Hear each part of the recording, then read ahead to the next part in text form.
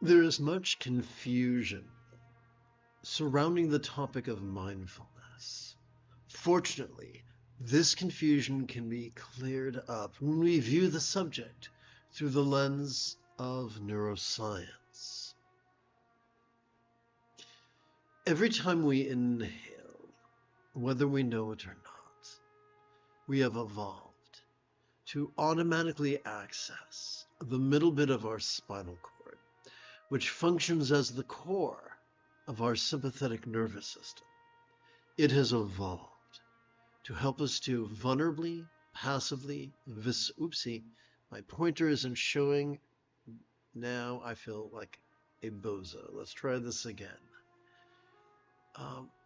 Every time we inhale, whether we know it or not, we have evolved to access the middle bit of our spinal cord, which has evolved to function as the core of our, let's try this again, which functions as the core of our sympathetic nervous system, which in turn has evolved to help us to vulnerably, passively, viscerally, randomly, and fleetingly watch all mind's antics of perception, emotion, intention, cognition, recollection, and imagination. All of them. From the external to the internal, from the physical to the mental, from the pleasurable to the painful, from the interesting to the boring, from the convenient to the arduous, from the glorious to the grotesque. What are we to do with all this stuff that we just noticed? We meditate. And just as mindfulness is as simple as silently and mentally reciting the verb watch as we inhale, meditation is as simple as silently and mentally reciting the verb rest as we exhale.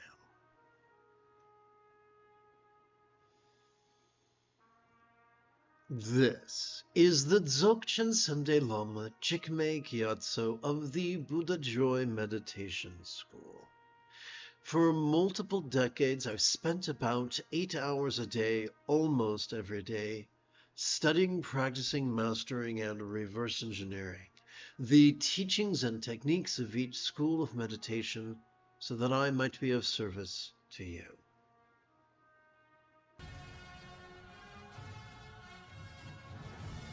It is Qui-Gon Jinn early Tuesday morning. Come, let us meditate like a Jedi.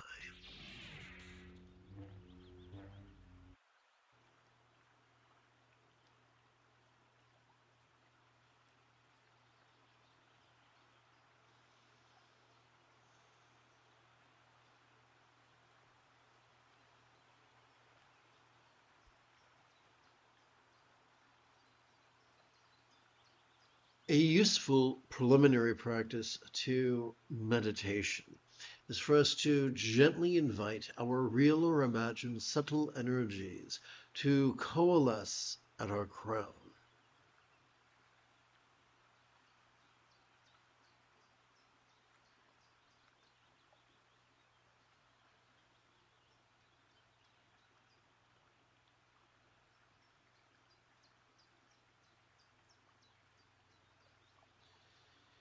One of the easiest way to do that is for us to assume the Pasadi Mudra, also known as the meditation gesture. That is as simple as using the tip of our left index finger to support the lower knuckle of our right index finger, palms up in our lap. Doing so is remarkably useful. Number one, it's useful if we find ourselves on the edge of a meltdown. Number two, it's useful if at night when we go to sleep.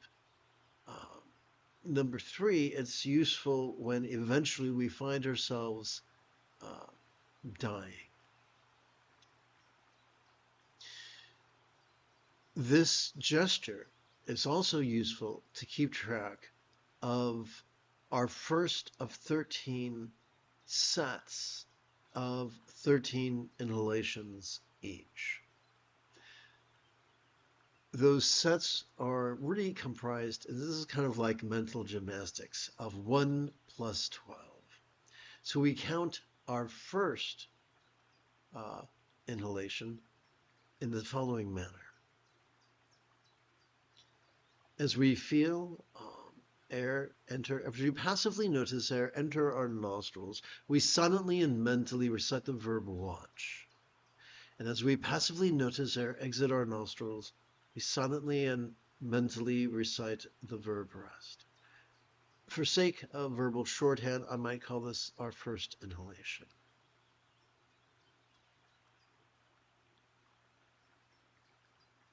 How are we going to keep track of our next 12? Well, that's very simple. We bring our attention to our, I'm going to adjust the camera.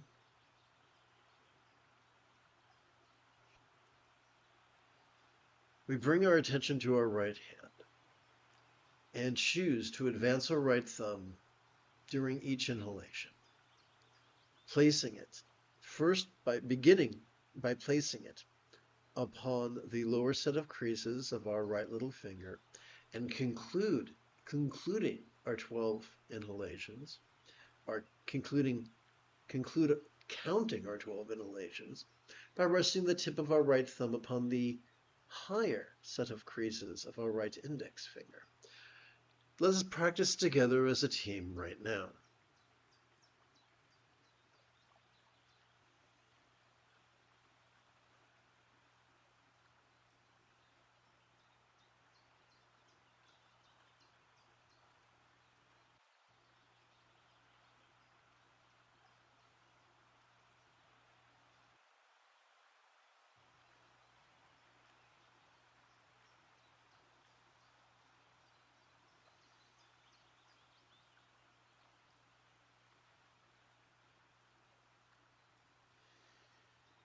Collecting our first set of 13 inhalations, or 1 plus 12 inhalations, took a little bit more than a minute.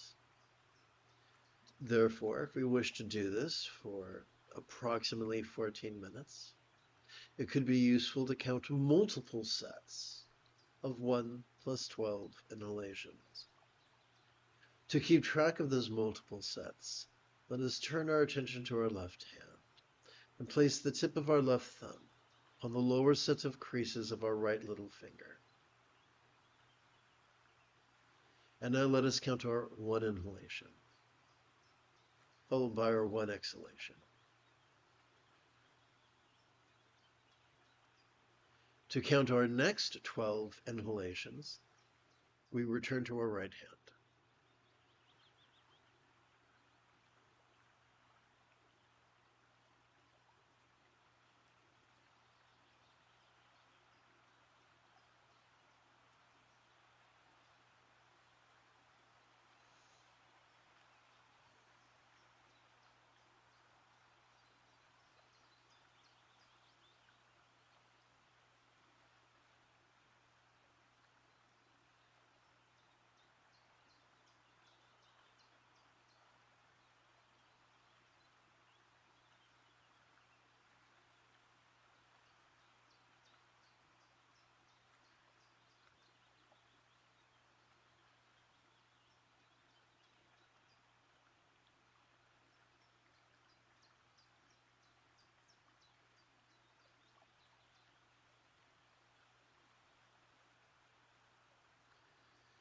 To keep track of our next 1 inhalation, we advance our left thumb.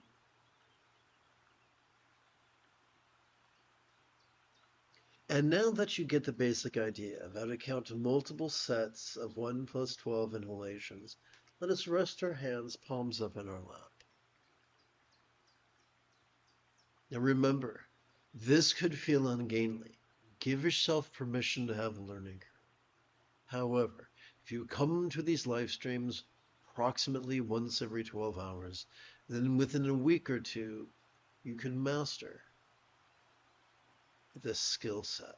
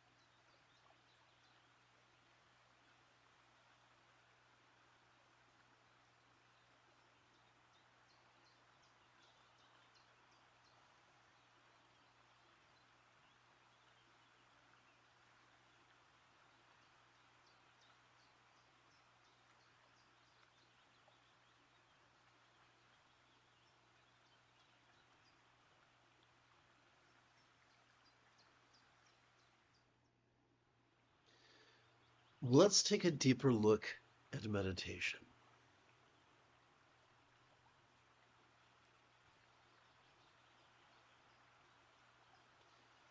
Every time we exhale, well, as mentioned previously, the essence of meditation is to silently and mentally recite the verb rest each time we notice air exiting our nostrils. Let's take a closer look. Every time we exhale, whether we know it or not, we have evolved to automatically access both the tippy top and the very bottom of that same spinal cord. These two regions, working as a team, function as the core of our parasympathetic nervous system, which has evolved to help us to physically relax and mentally release during our exhalation to such a degree that which we noticed during our previous inhalation could fleetingly feel less stressful, less permanent, less defining, and as non-graspable as a vast empty void. It would seem that a simile is only as useful as it is relatable. Therefore, we must ask the question, what? What is a real-world example of a non-graspable vast empty void? How about the illusion of the infinite azure sky on a bright and beautiful, cloudless morning, which although could feel, which although could look tantalizing to the eye, could feel non-graspable to the hand. And so we see that both emptiness and no self are just figures of speech to describe our fleeting experience latent within each exhalation. Now, you could ask yourself, if emptiness and no self are fleeting experiences, then we have perhaps been lied to by the minions of orthodoxy, who touted as a type of panacea, master no self and emptiness and nothing will ever harm you ever. Well, that's malarkey if we're still expected to notice whatever comes up as we breathe in, regardless of whether that which comes up is pleasurable, painful, interesting, or boring. Then why bother with meditation in the first place? I'll answer that question simply.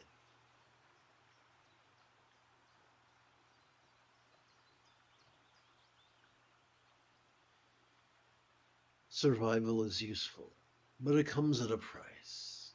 When the competition and cruelty of our survival-oriented, dopamine-oriented reward system and amygdala become our North Star, that by which we navigate life, that which defines us, then life can become, in the words of Thomas Hobbes, nasty, brutish, and short.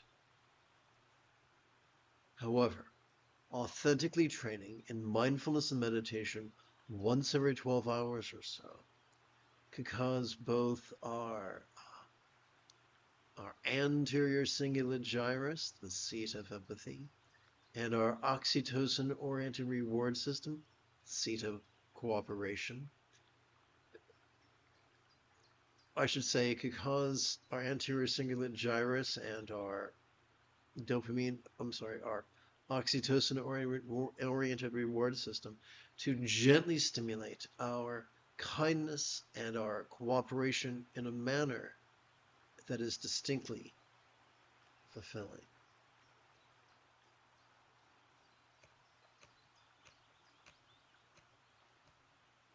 You see, mindfulness and meditation, watching and resting, are the dynamo that turns the wheels and gears and cogs and shafts and pistons of our metaphoric enlightenment machine. What if enlightenment was simply mastery of the Buddha's Eightfold Path? Don't be scared by the word mastery. We've mastered. Mastering a skill set just means we practice that skill spontaneously, habitually, easily, and effectively.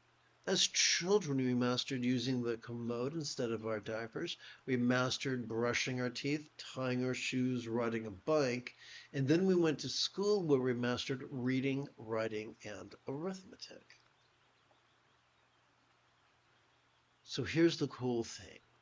Simply by playing with watching and resting about once every 12 hours or so,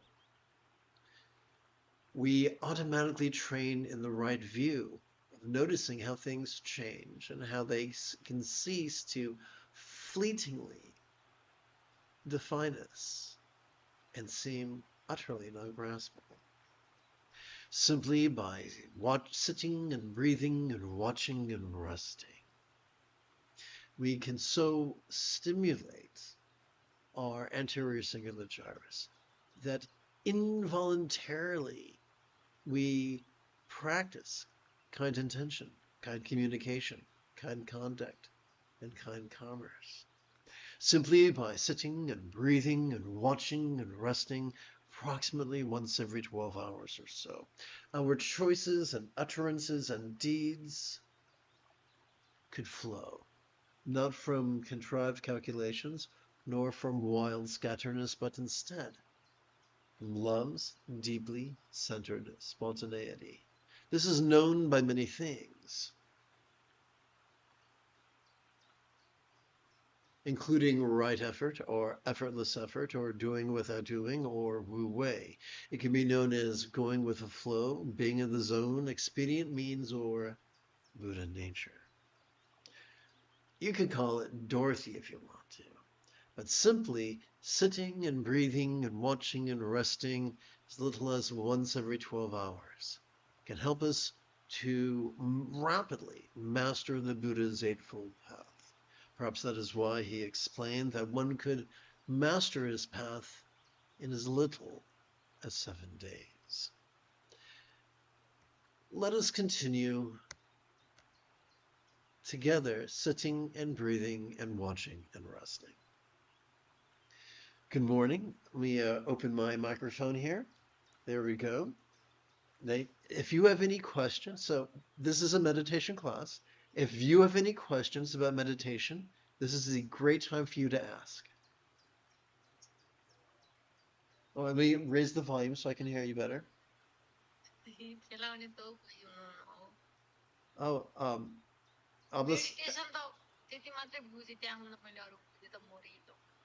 I apologize. I only speak English. What language are you speaking? Hablas español? Oh, sorry. Bye-bye.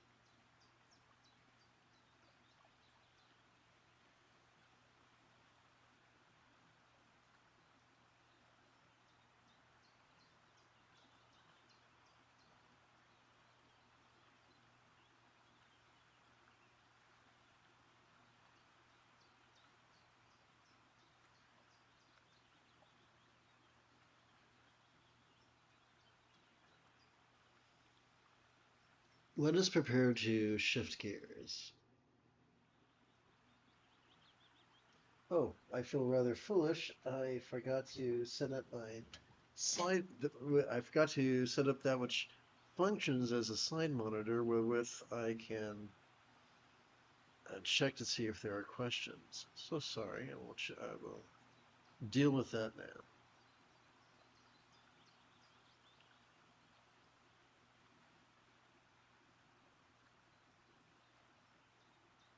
Okay, so I don't see any questions at the moment. Let's switch gears.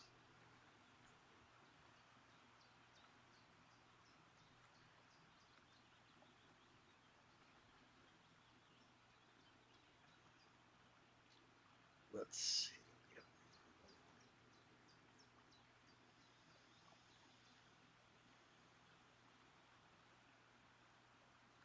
Now let us gently invite our real or imagined subtle energies to coalesce in our chest. A useful tool to accomplish that is to practice the Sati Mudra or mindfulness gesture, which is as simple as using the tip of our left middle finger to support the lower knuckle of our right middle finger, palms up in our lap. Doing so can also help us to keep track of our first set, our first repetition of inhaling and exhaling. We're in. As we passively notice our chest swell with breath, we silently and mentally recite the verb feel. And as we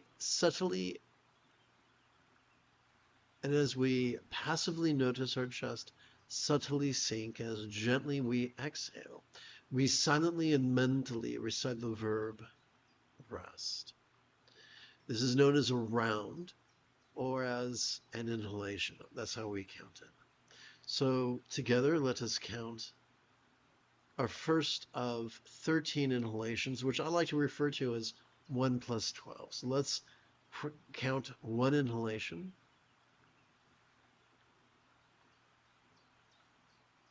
How are we going to keep track of our next 12 inhalations? Simple.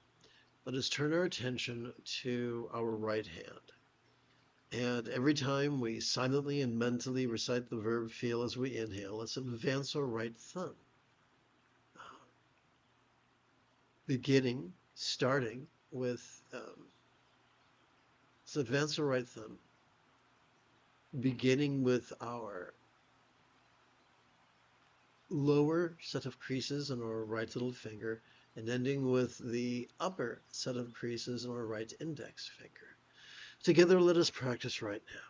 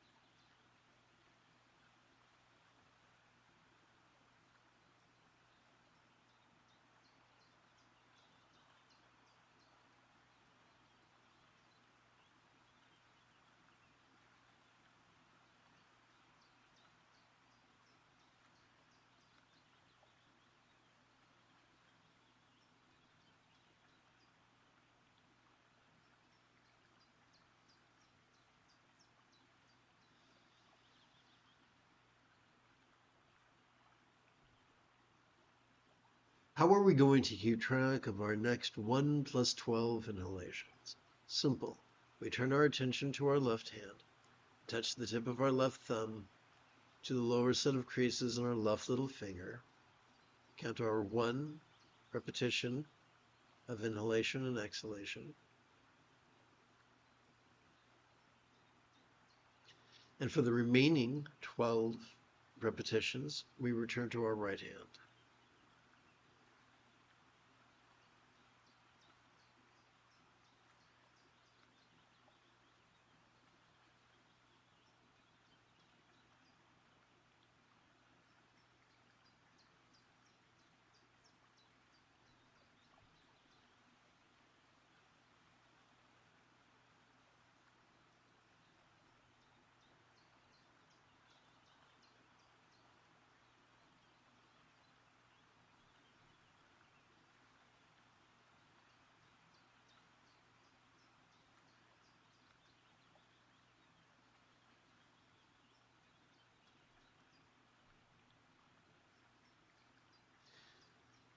to count our next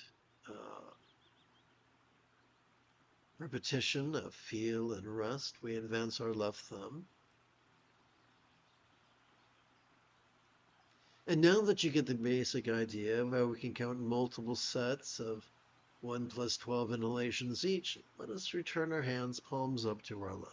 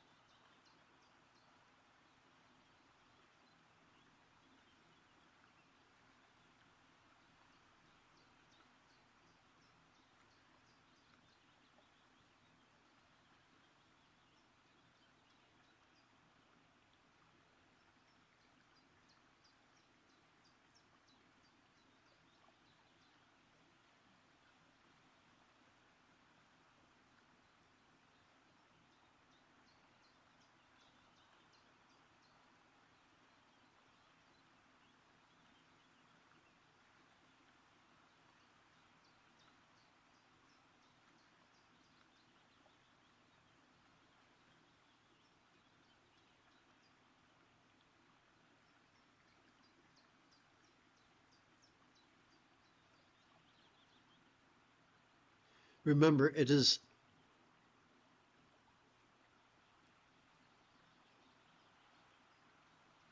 not our job to fight what we feel.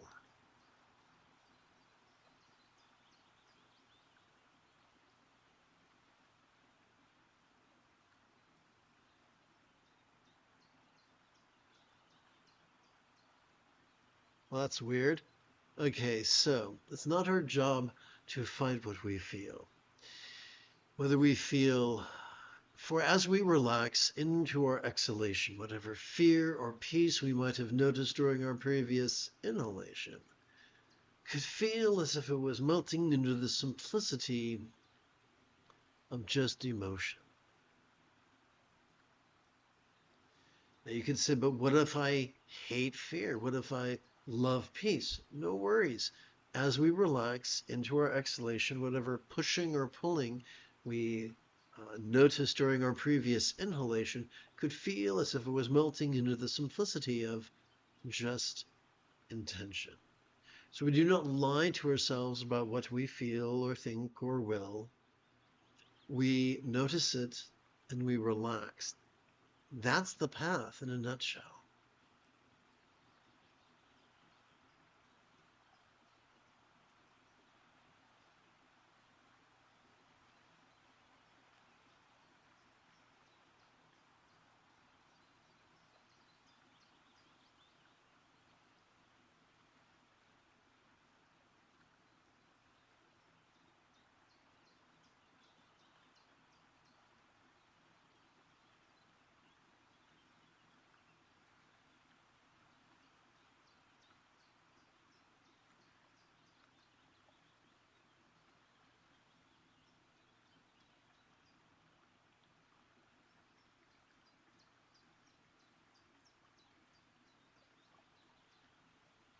For those who have tuned in late, let's review the neuroscience of mindfulness.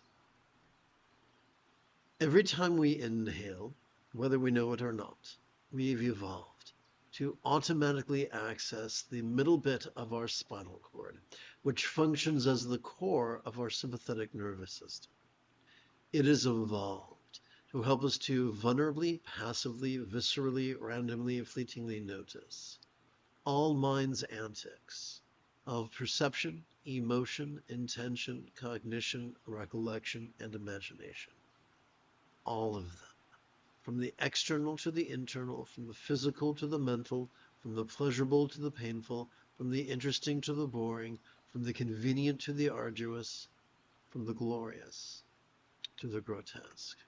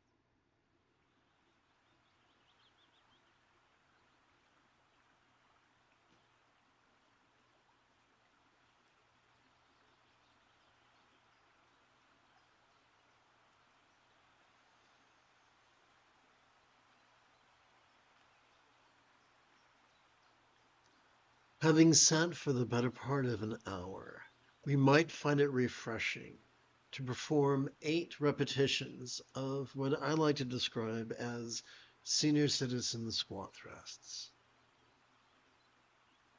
If you wish to join me, that would be lovely. I'm going to take a moment to swing my laptop around.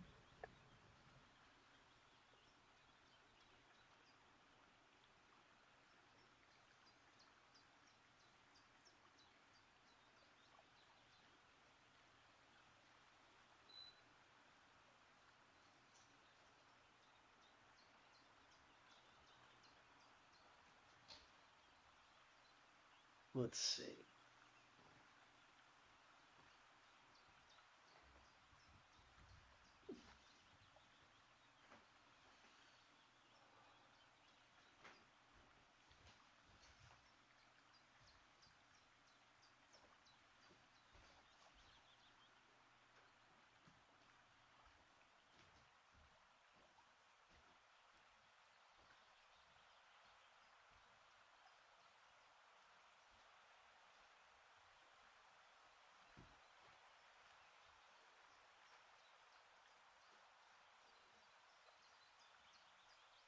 All right, here we go.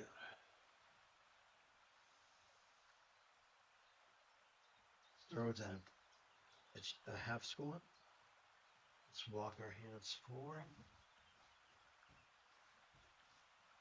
Articulate our arms. Walk back into a full squat. Press with the heels.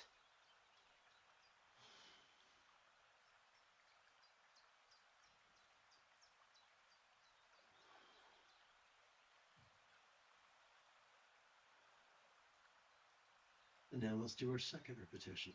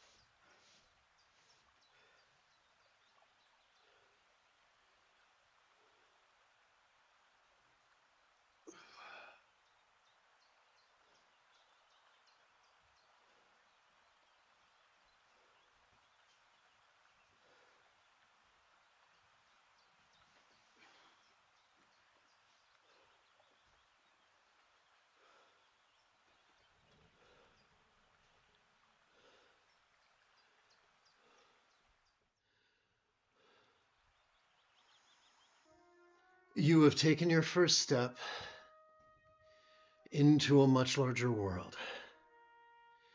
If you feel that I have earned it, you could give this live stream a thumbs up. You could even help support this channel. For Meditate Like a Jedi is made possible thanks to the generosity of viewers just like you. And let's try this again. In approximately 11 hours, I would very much like to return to lead today's dusk practice of Meditate Like a Jedi. And if you are as geeky as me, may the Force be with you always.